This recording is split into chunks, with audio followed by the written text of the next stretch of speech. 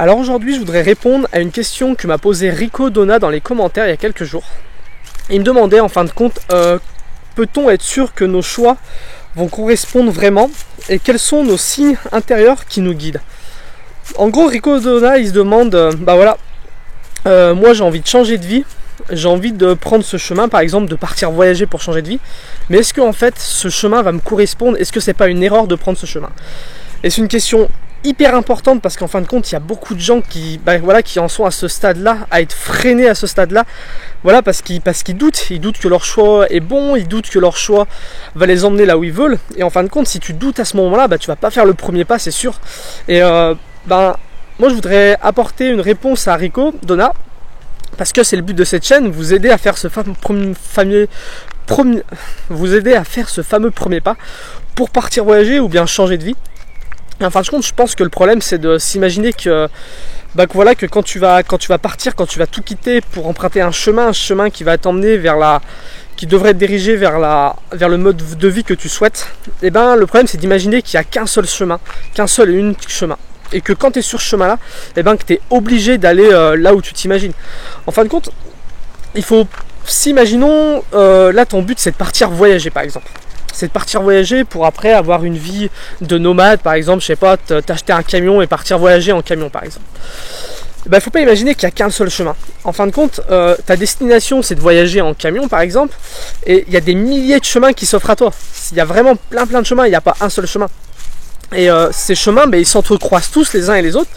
Et si demain tu décides de prendre un chemin, tu décides d'avancer, et que tu vois ce chemin est pas spécialement le bon, t'attendras un moment opportun et tu vas pouvoir comme ça aller prendre une autre direction, prendre un autre chemin.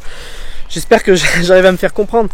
Et même en allant plus loin que ça, c'est que si demain tu décides de partir voyager dans le but de plus tard aller acheter un camion et voyager en camion, en fin de compte, au fur et à mesure du chemin, tu peux te dire, en fin de compte, je vais changer de destination, mon but n'est plus celui de vivre dans un camion, mais par exemple, je sais pas, de construire un petit chalet à la campagne et vivre paisiblement dedans.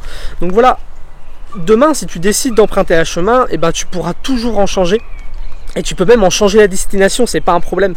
Il faut vraiment comprendre ça parce que c'est dommage de se bloquer à ce niveau-là, de douter de son idée, de douter de ses rêves.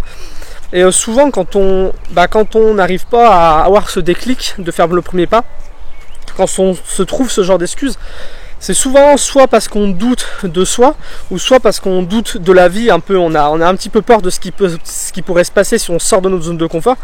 Alors je te dis ça, c'est pas pour apporter un jugement, c'est parce que moi je l'ai vécu. Et en fin de compte, face à ça, il y a deux solutions, c'est reprendre confiance en soi et l'autre, reprendre confiance en sa vie, donc lui faire baisser les peurs.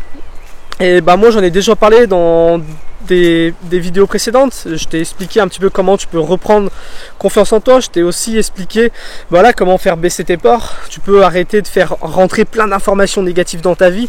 Il y a plein d'informations négatives qui nous arrivent, plein de peurs qui nous arrivent par la télé, par les réseaux sociaux, par les personnes aussi qui nous entourent et qui vont être vraiment des freins dans la réalisation de nos projets, dans la réalisation de nos rêves. Et pour reprendre confiance en toi, tout simplement avancer petit à petit. Donc tu me demandais aussi quelles sont les choses qui nous guident. Moi je pense que la meilleure chose qui peut te guider c'est tes rêves. Donc dès demain tu peux comme ça te projeter. Donc si tu veux partir en voyage, mets-le sur un papier, marque je veux partir voyager. Et après imagine-toi un petit peu tout ce qu'il va falloir mettre en place pour partir voyager. Ne prends pas forcément exemple sur moi ou sur d'autres personnes, fais comme toi tu le veux. Imagine-toi un peu quelles sont les étapes que tu vas être obligé de passer pour partir voyager. Imagine-toi ce que tu es prêt à faire, note-le sur un bout de papier et demain commence ton propre chemin, vas-y étape par étape. Et il n'y a pas de raison que tu n'y arrives pas quoi. Il n'y a pas non plus de raison que le chemin soit pas le bon, et si c'est pas le bon chemin, t'en changeras et il n'y a pas de souci avec ça. Donc voilà, c'était la réponse que je voulais t'apporter aujourd'hui. J'espère qu'elle sera ça utile. Si vous avez d'autres questions à me poser comme ça sur ce qui vous empêche de partir voyager, sur ce qui vous empêche de changer de vie, n'hésitez pas à me les poser dans les commentaires, j'essaierai d'y répondre du mieux possible. Si cette vidéo t'a intéressé, tu peux t'abonner pour en voir d'autres comme ça par la suite. Si ce genre de vidéo où je te conseille pour changer de vie, partir voyager, alors tu peux aller voir la playlist où je récapitule tout, où je stocke toutes les vidéos. Bref, tu m'auras compris, va voir la playlist. Et sinon, je te dis à demain pour la prochaine vidéo. Salut!